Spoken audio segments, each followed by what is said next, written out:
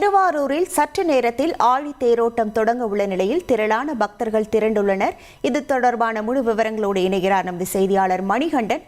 வணக்கம் மணிகண்டன். இந்த ஆழி தேரோட்டத்திற்கு வரக்கூடிய பக்தர்களுக்கு என்னென்ன சிறப்பு ஏற்பாடுகள் செய்யப்பட்டிருக்கின்றன? முழு விவரங்கள்.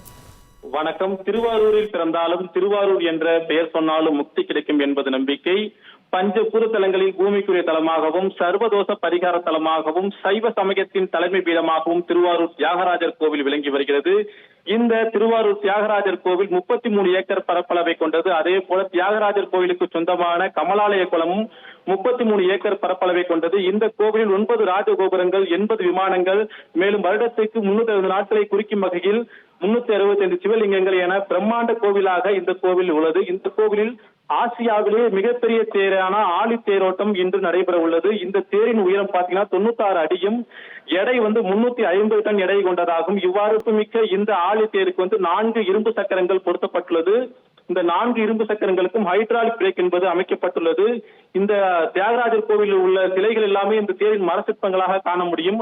அவ்வாறு சிறப்புமிக்க இந்த ஆழி தேரோட்டம் ஆண்டுதோறும் பங்குனி உத்திர திருவிழாவில் ஆயிலை நட்சத்திரத்தில் நடைபெறும்.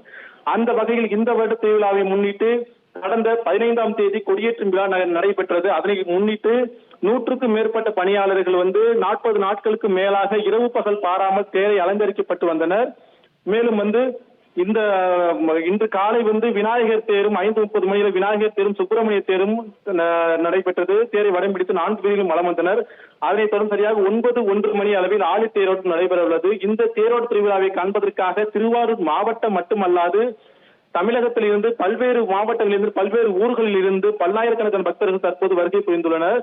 மேலும் இந்த திருவிழாவில் அசம்பாவிதங்கள் தவிர்க்கும் வகையில் மாவட்ட காவல் கண்காணிப்பாளர் கருண்கரட் தலைமையில் 2000க்கும் மேற்பட்ட போலீசார் பாதுகாப்பு பணியில் ஈடுபடுத்தப்பட்டுள்ளனர். மேலும் நகராட்சி சார்பில் குடிநீர் வசதிகள் தயார் நிலையில் உள்ளன. அதே போல சிறப்பு பேருந்து வசதிகள், அதே போல மருத்துவ வாகனம், தீயணைப்பு வாகனம் ஆகிய தயார் நிலையில் உள்ளது. இந்த ஆழி தேரோட்டம் சரியாக 9:01 மணி அளவில் நடைபெற உள்ளது. உங்கள் முழு விவரங்களுக்கு நன்றி மணிகண்டன்.